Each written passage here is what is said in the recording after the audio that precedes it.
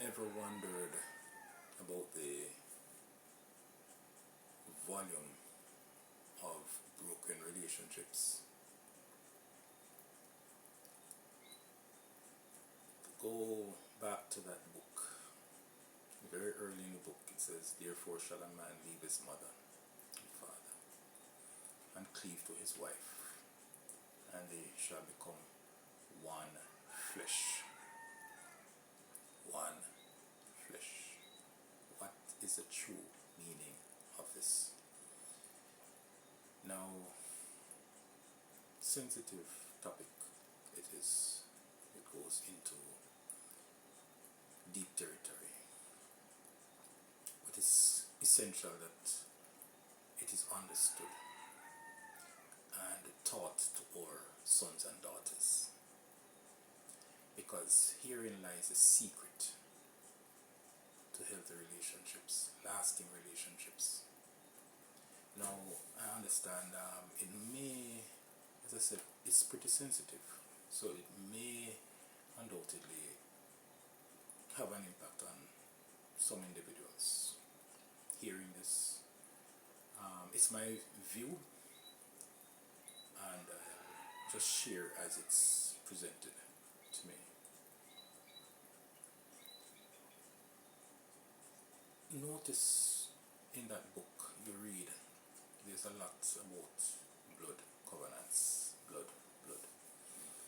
And what's the relevance of blood in covenants? Why is it that the male has a membrane with frenulum that breaks on his first activity, and the female has a membrane, a hymen, that breaks on her first activity? It's crucial to understand why were you made up like that? All individuals are made with that protective sheath. It's a reason. You're getting somewhere.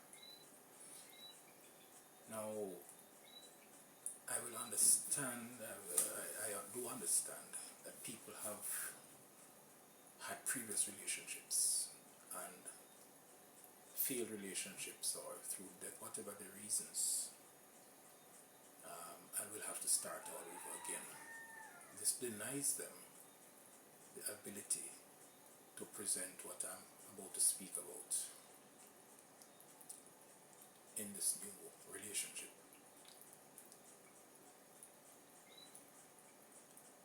When a man leaves his mother and father and cleaves to his wife, it is pointing to his first relationship. He is in that state, untouched. And essentially the same for the woman. It's speaking to the woman leaving her mother and father untouched and going out to this partner, becoming one flesh. Back in time, there was a thing called the betrothal, and it's a practice of our ancestors. Families would preserve children, preserve that child, and they'd connect with another family who has a child. And those two children are protected from everybody else. They were friends. They ironed out their differences. They learned to play together, be friends, understand each other. There's a bond. Turn into a lifetime bond from childhood coming up.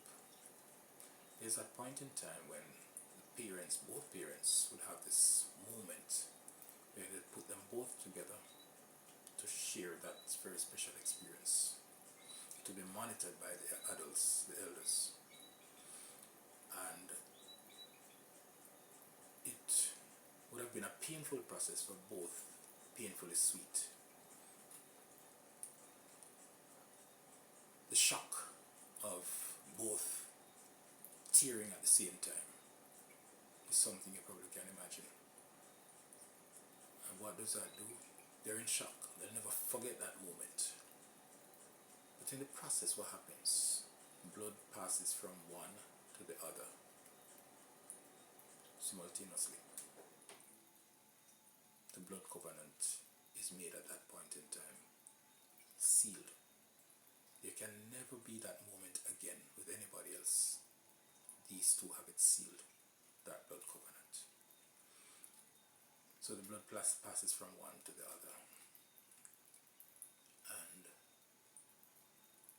both families identify that, yes, both of them bled.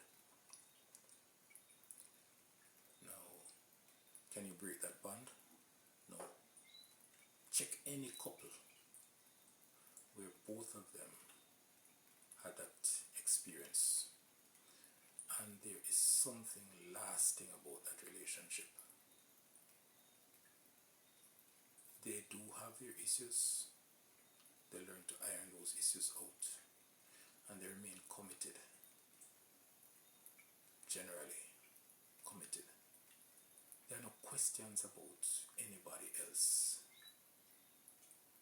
Both of them know that they were for each other from the beginning, and they seek to maintain that bond.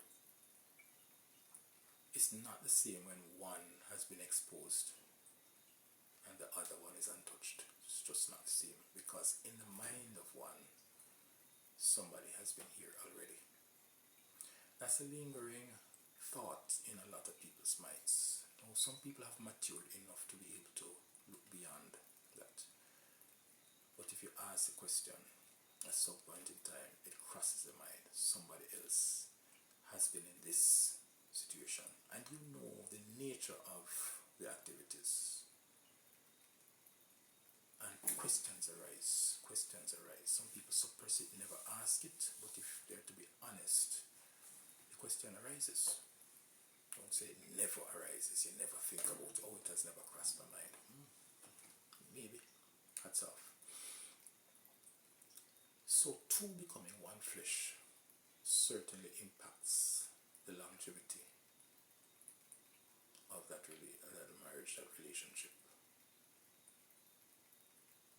There is something beautiful about that kind of relationship. It's one to be treasured. So we hear songs about how many got it, guess how much I make.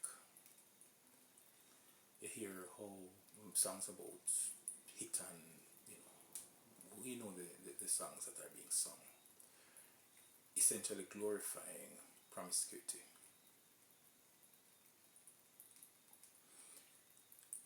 People wonder why they're having challenges with relationships, and they have to be essentially dating, going around searching. There's a magnetism about relationships. The universe brings people together. Oftentimes the persons are overlooked for reasons, in search of something else, and hence the values are just wrong. People have the wrong perception of what a relationship should be. So materialism, appearance, all of these things surface above that deep connection.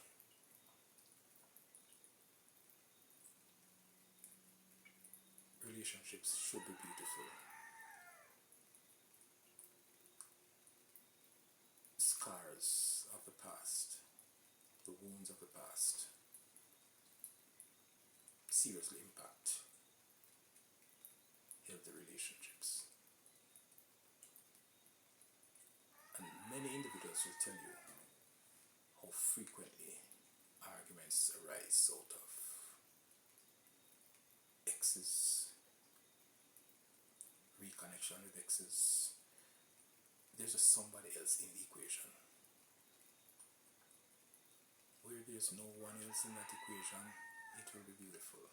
We say to our young men and young women, sons and daughters, preserve yourselves for each other. preserve yourselves, you will respect the individual, you'll appreciate it. And that person will respect you and will appreciate you. As I said, it's pretty sensitive, and not everybody is able to establish a relationship in that state because circumstances have dictated that some folks will never be able to because of the experiences that they've had, sometimes pretty painful experiences beyond their control. But the ideal is that relationship where both are untouched